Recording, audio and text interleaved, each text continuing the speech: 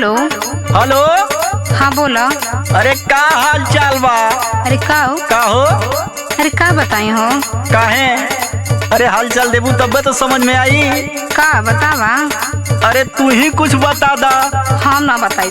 काहे हो इतना नाराज काहे? अरे बतावा। सुना धनिया दाना हाल चाल का बा घरे के माहौल। धनिया दाना हाल चाल का बा घरे के माहौल। धनिया दाना हाल चाल का बा घरे के माहौल। सैया आई जाता हो, सैया आई जाता धकेरे लगड़िया सासु ननद सतावा तारी हो। सैया आई जाता धकेरे लगड़िया सासु ननद सतावा तारी हो। सैया आई जाता धकेरे लगड़िया सासु ननद सतावा तारी हो।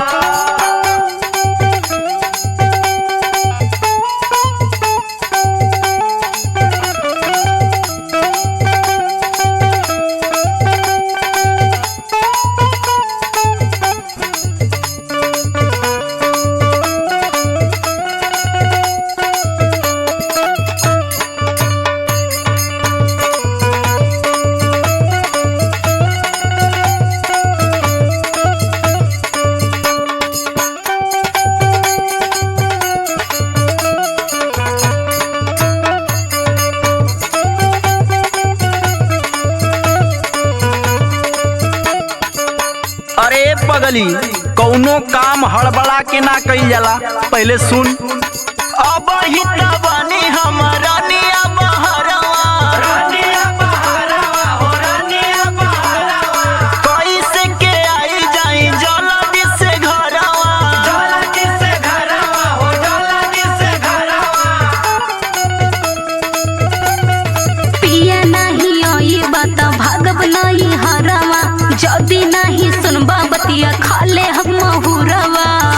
सैया दिहल तोहर हो, सैया दिहल तोहर नया नया साड़िया देखी के गोरिया अवतारी हो। सैया आई जाता हो, सैया आई जाता धकेरे लगड़िया सासु ननद सतावा तारी हो। सैया आई जाता धकेरे लगड़िया सासु ननद सतावा तारी हो। सैया आई जाता धकेरे लगड़िया सासु ननद सतावा तारी हो।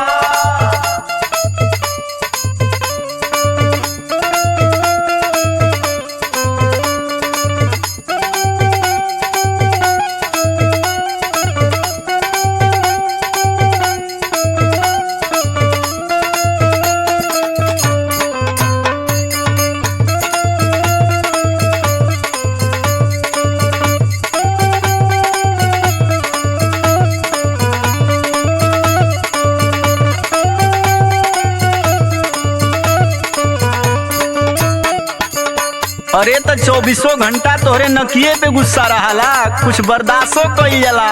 सुन हमारो त लागे नहीं धनिया हो मनवा।